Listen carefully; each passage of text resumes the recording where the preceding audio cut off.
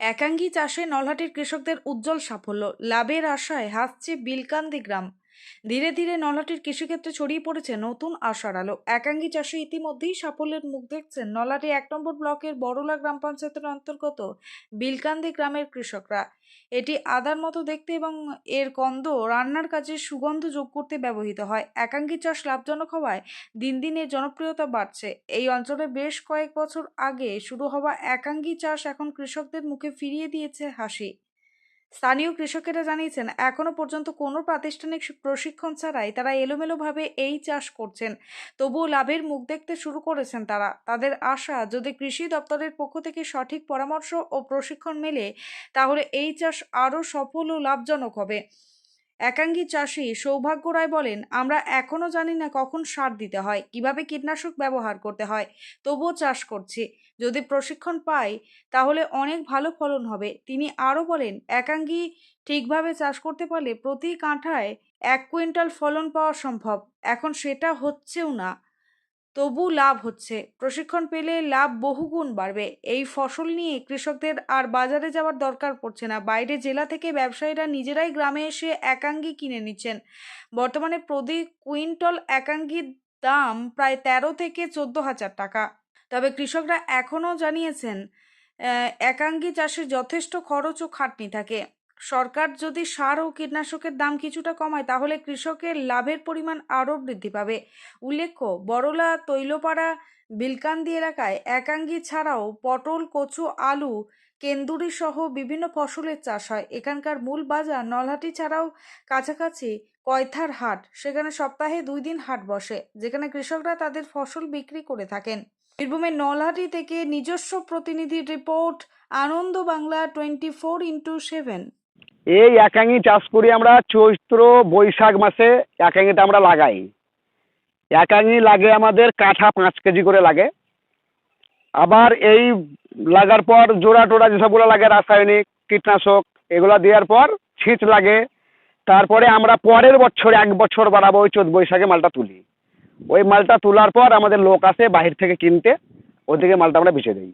আমরা যেমন এবার বীজ কিনেছিলাম 14,000 15,000 টাকা কুইন্টাল, আর আমরা বিক্রি করব মোটামুটি ওই রকমই দাম, 13-14,000 টাকা কুইন্টাল হিসাবে বিক্রি করি আমরা। না, কৃষি দপ্তর থেকে আমরা কোনো প্রশিক্ষণ পাই না, কিছুই পাই না।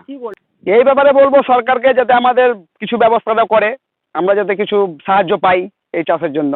এখানে যেমন আমাদের পলু আছে, পলু পোকা, পটল চাষ আছে, তারপরে আপনার ঝিঙে চাষ আছে, কেঁদুরি চাষ আছে। চাষ আমাদের প্রচুর প্রচুর আছে। যেমন কচু আছে একটা, আমরা বিক্রি নলহাটি মার্কেট আমাদের। আর একটা আছে আমাদের এদিকে কয়থা, মানে মানে সপ্তাহে 2 দিন করে 3 দিন করে হাট হয়, ওইখানে যাই। তো আমাদের নলহাটিটা একটু বড়। এই বিষয়ে তো বলবো, একাঙ্গি চাষ খারাপ চাষ নয়, একাঙ্গি চাষটা ভালো আমাদের করতে, সবাইকেই বলবো, কিন্তু রিস্ক আছে। রিস্ক বলতে কেমন, যেমন ধসার একটা অসুখ আছে। যেমন দেখুন, যেমন এটা একটা আছে, দেখেন পাতাটা হলুদ হয়ে গেছে আমাদের এখানে। হ্যাঁ, এখানে একটা দেখেন, এই যে হলুদ হয়ে গেছে। হ্যাঁ, এইটার কোনো নাই, মানে ওষুধ এখনো বার হয়নি। বার হয়নি বলতে আমরা পাচ্ছি না ওষুধটা এইদিকে। জানি এই চাষটা যাতে সরকারের কাছে আমাদের অনুরোধ থাকবে একটা, আমাদের নহাটে যেমন ব্লকের, হ্যাঁ, সরকারি কর্মীদের বা ওদিকে আমাদের কাছে একটা রিকোয়েস্ট, কি যাতে আমাদেরকে কিছু একটা প্রশিক্ষণ দেয় সরকার এই চাষটা আমাদের করার জন্য। হ্যাঁ, কিভাবে করতে হবে না করতে হবে। আর সরকারের সাহায্য পেলে খুব ভালো হয় আমাদের। সরকারি সাহায্য পেলে আমাদের এই চাষটা সবাই করবে, সহায়তা যেন পাই। আমাদের কোথাও বিক্রি করতে যেতে হয় না, আমাদের এই গ্রামে বিক্রি হয়ে যায়। আমাদের লোক আছে বাইরে থেকে। আর বাজার তো আমরা জানি না, ওরা কত দামে বেচছে না বেচছে আমরা সেটা জানি না। ওরা ওরা এখান থেকে নিয়ে যায় আমাদের কাছে 13,000 14,000, কিন্তু ওরা ওখানে যে কত বেচে আমরা জানি না সেটা। আমরা বাজারও জানি না, এরকম বিক্রি করতে হয়, বিক্রি করছি। কিন্তু এর যে এবার আরো দাম কি কম দাম সেটাও তো আমরা জানি না। আমার নাম সৌভাগ্য রায়, বাড়ি আমাদের বিলকান্দি, নলহাটি থানার অন্তর্গত। আমরা 4-5 বছর ধরে করছি। পুরো পদ্ধতি মানে কাঠা 5-6 কেজি করে লাগে, বীজ লাগে। আর আলুর সার কাটার মতন সার কাটতে হয়, দিয়ে অল্প করে মাটি দিতে হয়। বীজগুলো আমরা নিয়ে এসেছিলাম, এই আশেপাশেই 2-1 জন চাষ করেছিল, সেই থেকে নিয়ে এসেছিলাম। তারা তো এখন চাষ দিয়েছে, আমরা এখন করছি। লাভ হলে লাভ হয়, না হলে ধসা লাগে আর মরে যায় এরকম। আমাদের আশেপাশে গ্রামে, মনে করো তোলপাড়া গ্রামে আগে হয়েছিল, সেইখান থেকেই বীজটা ছড়াই চারিদিকে।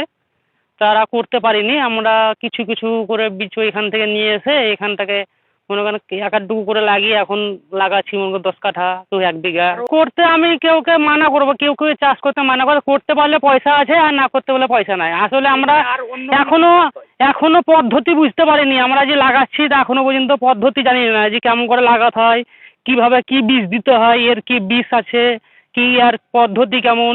বা আমরা চৈত বৈশাখ মাসে লাগাই, চৈত বৈশাখ মাসের আগেই আবার তুলে 1 সালের 1 বছর লাগে। সব এরকম পলু আছে, ওই পটল আছে, সব নিয়ে কৃষি সবই চাষ হয়, সবজি। আমাদের নলহাটি, আর এদিক থেকে নলহাটি, আর আমাদের কয়থা আছে এখানটায়, কয়থা বাজার। চাষিদের লাভের মুখ বাকি আছে। চাষিদের চাষ করছি, আমাদের চাষে সেই রকম তো কোনো লাভ নেই। ফের হচ্ছে না, লাভ হচ্ছে না, মানে জোড়া বীজ, তারপরে মুনিশ পাট, চারিদিকের মনে করেন খরচা বেশি। কোনো বছর হয় কিছু মনে করেন সামথিং ইনকাম হয়, আর কিছু মনে করেন হয় না, কোনো বছর হয় না, সেই রকম ব্যাপার মনে করেন আমাদের। আর চাষিদের কোনো মনে করেন কোনো রকমের কিছুই নাই, আমাদের কোনো সহযোগিতা পেয়ে না, কিছু পায় না। এইভাবেই চলছে মনে হয় চাষিরা মরে বেঁচে করছে এইরকম কাজ। তাছাড়া তো চাষিদের কোনো উন্নতি নাই বা কিছু নাই, এইরকমই চলছে। জোড়া বিষের যে অনেক দাম, জোড়া এখন 10টা বীজ মনে করেন 2000 টাকা, ইউরিয়া 400 টাকা, এরকম করে তো মনে করেন বীজ যদি 10 গ্রাম বীজ কিনতে এসেছি তা মনে করেন 300-400 টাকা লেগে গেছে। তাই আমরা কি করব? ওই রকম করে তো আমাদের সব ইনকামটা সব চলে এসে না। আমরা 10টা বীজ ইউরিয়া সার দেই, গোবর সার।